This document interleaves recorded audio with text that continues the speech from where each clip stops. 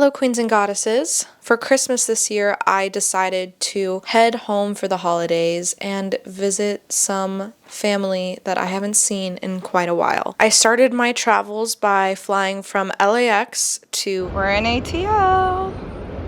So my sister picked me up and we headed to my abuela's house, who I have not seen in quite some time. So it was so amazing getting to spend some of my Christmas break with her. I stayed in Atlanta for the night, and then the next day I headed to my hometown, Chattanooga, Tennessee, which is just 2 hours north of Atlanta. And then my dad took us all to a little Christmas Eve spa day. I got a massage because I am always tense and always need a massage. So it was really nice to just lay down on the table and just have all that tension released for me. So after my massage, I got dressed and headed out for the day because, if I'm being honest, the real reason why I came home for the holidays was to see my favorite place on earth, the Tennessee Aquarium. Animal Crossing, the game, did a tour through America visiting every major aquarium, and the Tennessee Aquarium is one of the most iconic aquariums, if not the most iconic.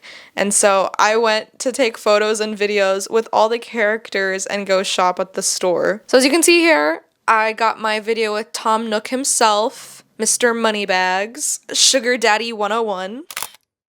Maybe aquarium. I will say, if you're afraid of heights, getting into the aquarium can be a little daunting. Never look behind you on the Tennessee Aquarium elevator. Scary. At the top of the escalator, though, is one of the most beautiful views of the city you will ever see, and a familiar face. I wonder how much. Oh my god, there's Isabella! Queen!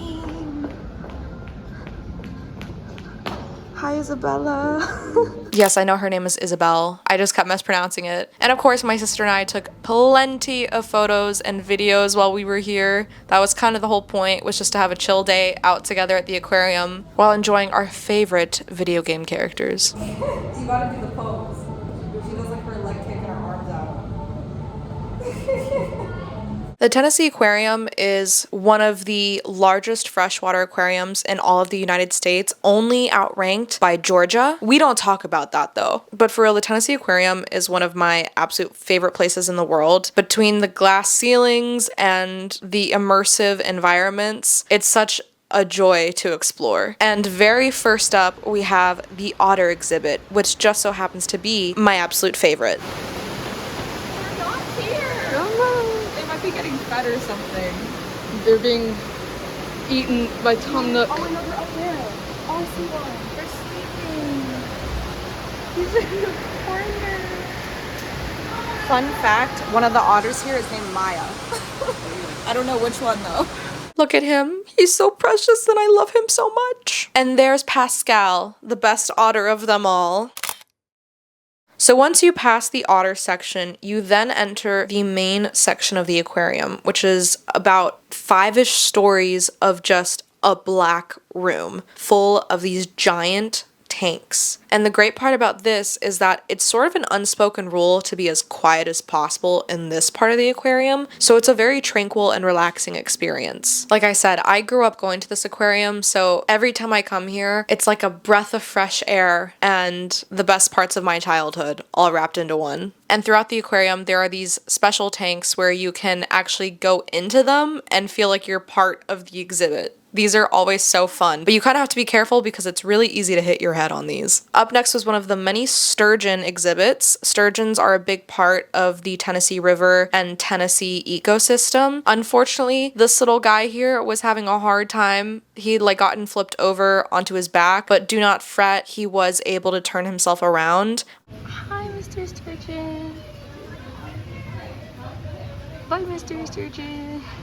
And the cool thing about this exhibit is that you can actually pet the sturgeons. You just touch them with 2 fingers. But of course, I'm stupid and I got my sleeve wet. That's so cool. Oh, I got my coat wet. Oops. I got my coat a little wet. The next part of the aquarium is sort of like the reptile area, so you have a lot of alligators and turtles. It's very swamp vibes, very Shrek. And while we were here, we did catch some of the turtles fighting each other. We think they were trying to guard something that was like high resource, high reward, but we're not sure. People don't realize they're quite territorial animals, so... Oh, and who's that I see in the distance? Why, it's none other than the museum curator himself, Blathers the Owl. My love. So for those of you who don't know anything about Animal Crossing, Blathers is this character that runs the entire Animal Crossing museum and aquarium. And anytime you bring him a fossil or a fish, a deep sea creature, or a bug, he'll give you information about that animal. And part of the gag is that he's afraid of bugs. And so every time you bring him a bug, or anytime he thinks about or mentions a bug, he'll get really freaked out. So it was really cool to see him in the actual aquarium. And there were even these info cards all throughout the aquarium with information about various fish and deep sea creatures, and every so often there would be mention of his hatred of bugs, which I thought was really funny. Hi, Fran. He said, fight. No, he's in the sauna. He's relaxing. In the center part of the aquarium, there's this really cool turtle mural at the very bottom and a sort of pond, and it's just this fun little detail that I love to see every time. And of course, at the end of the aquarium is the gift shop, where they had an entire section dedicated to Animal Crossing. So the Tennessee Aquarium actually has two main exhibits, one being the River Journey, which we just saw, and the second being Ocean Journey. Ocean Journey contains lemurs, penguins, and a butterfly garden. The butterfly exhibit at the aquarium is definitely iconic. One, because it's a bunch of butterflies and they're so pretty, but two, because this is one of the few exhibits that's like actually in the roof, and you always have the sunlight pulling in to this exhibit. And if you stay long enough, a lot of times the butterflies will actually start to land on you. But just look at how pretty they are. And there's so many colors. I want to be reincarnated as a butterfly. One thing I thought was really funny about this was that there was another Blathers character standing right outside of the butterfly exhibit. And my sister and I choose to believe it's because he's too afraid to go inside because he hates bugs. Further into Ocean Journey, you'll start to see deep sea creatures like jellyfish, octopi, and these giant ass starfish that look like Patrick Star. Oh my god, there's Patrick, there's Mr. Krabs, but where's SpongeBob? He's with Ariana Grande.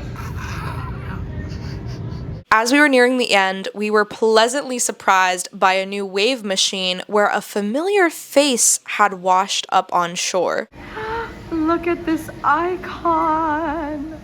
Oh, someone wake him up and get him his mobile phone. But it was really cool because you could actually go under the waves and it felt like you were underwater. So we got a wonderful view of Gulliver fast asleep on the rocky shore. Past this is the end of the Ocean Journey exhibit and my favorite part of the entire aquarium, the cave systems. It's basically a giant room that's modeled after deep sea caves, so you feel like Ariel from The Little Mermaid just exploring the ocean. Fun fact, I was once trapped in here for 2 hours during a tornado, and it was the best 2 hours of my life. So once we left the aquarium, we headed out to run a few errands, and after our little drive through downtown, we headed to the Bluffview Art District, which had plenty of Christmas lights to look at, and one of the most iconic restaurants in all of Chattanooga, Tony's Pasta, where we got our Christmas Eve dinner from. After dinner, my dad and I went out to Christmas Mass, and then we spent the rest of our Christmas day doing absolutely nothing. Even though I didn't get to spend a lot of time at home for the holidays, I'm glad I did. One, just to see my family, especially my abuela, because I haven't seen her in a couple years, and it was just really nice to get to reconnect with everyone and spend that quality time with them. But also, it was so nice to just go home and do something that I've loved doing since I was a kid that brings me so much joy. It's been a very tumultuous year, but getting to end it on such a lovely high note was really great, and it makes me feel like going into the new year. Hello, Happy New Year, everyone. Getting to come into the year 2025, I feel very confident that great things are coming for me this year. It is my golden year. I do turn 24 on the 24th of January. It is my year. I just have a really good feeling about this year. I'm very excited for the things I have planned for here on YouTube and in my own personal life. I just feel like this year things are really going to start coming together, and I'm manifesting it, I'm acting on it, I'm putting the work into it, and I'm very excited. So thank you for joining me on this little trip back home. Here's to a year of absolutely amazing possibilities. Thank you to everyone who spent any part of 2024 with me, and here's to 2025 and all the great things that are coming our way. Love you the most.